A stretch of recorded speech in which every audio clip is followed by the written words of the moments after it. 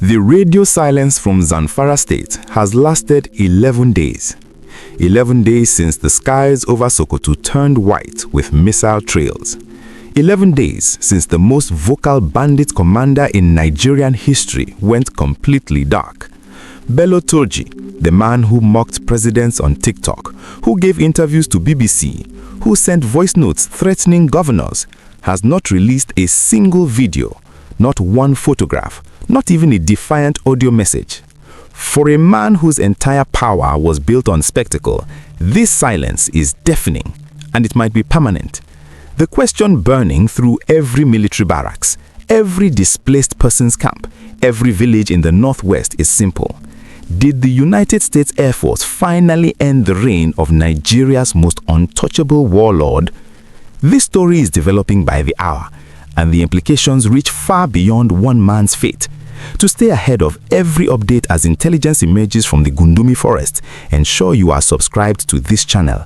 We are tracking sources the mainstream media cannot access. December 25th, 2025, Christmas Day.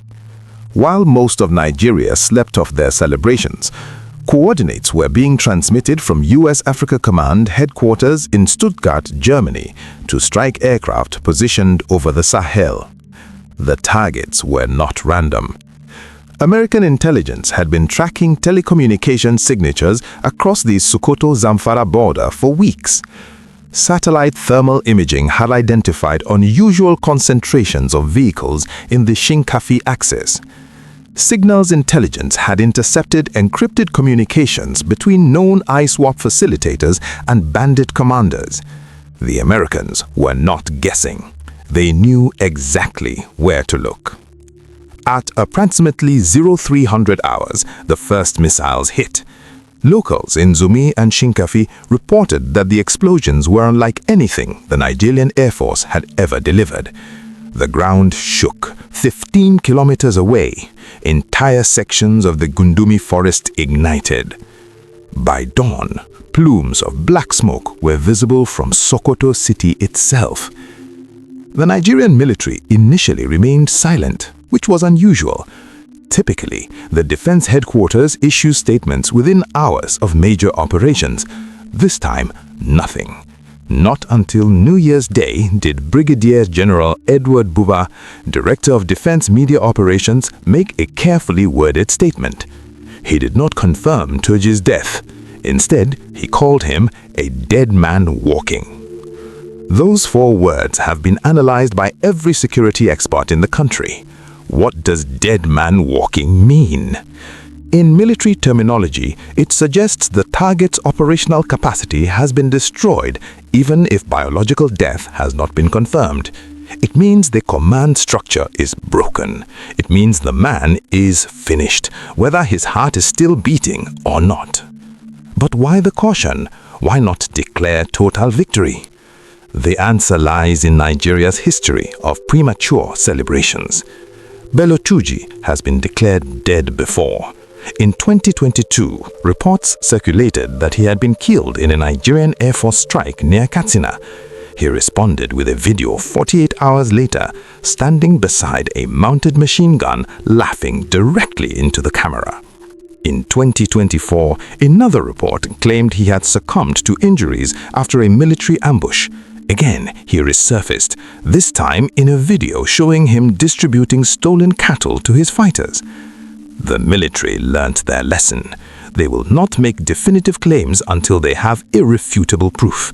And with the level of destruction caused by American ordnance, that proof may never come. High explosive missiles do not leave bodies to identify. They leave craters. What makes this silence different is context. BELLO TURJI is not a man who stays quiet. His entire strategy has been built on psychological warfare through media presence. Every time the government launched an operation, Turji would release propaganda within 72 hours. He understood that his legend was his protection. As long as people believed he was invincible, his fighters remained loyal and his enemies remained afraid. That engine of fear requires constant fuel. 11 days without a single post is not strategy, it is incapacity. Intelligence sources within the theater, speaking on condition of anonymity, have reported chaos within the bandit networks. Mid-level commanders who once took orders from Turji's inner circle are now operating independently. Kidnapping operations that were once coordinated across multiple local government areas are now fragmented and desperate. In Chisefe, bandits abandoned a ransom negotiation halfway through and fled into the bush. In Bungudu, a planned attack on a mining site was aborted at the last minute. These are not the actions of a functioning command structure. Then there is Dogo Gide, Turji's most trusted lieutenant. Gide has also gone silent. Before December 25th, he was active on Telegram channels posting photos and propaganda. Since the strikes, nothing. If Turji were alive and simply lying low, Gide would be the one maintaining communications. His silence suggests he is either dead, captured, or completely cut off from resources. The collapse is not limited to one man. It is systemic. But questions remain. If the United States confirmed the kill, why have they not released a statement? The answer is diplomatic complexity. America cannot officially acknowledge conducting offensive operations on Nigerian soil without explicit public authorization from Abuja. President Bola Tinubu's administration requested the strikes, but doing so quietly. A public American declaration would force Nigeria to either confirm or deny their rule, creating political exposure neither government wants. So the silence serves both parties. Nigeria gets the result, America gets deniability, and BELLO TURJI gets erased without a press conference. The Northwest is holding its breath. If Turji releases a video tomorrow, the mythology survives.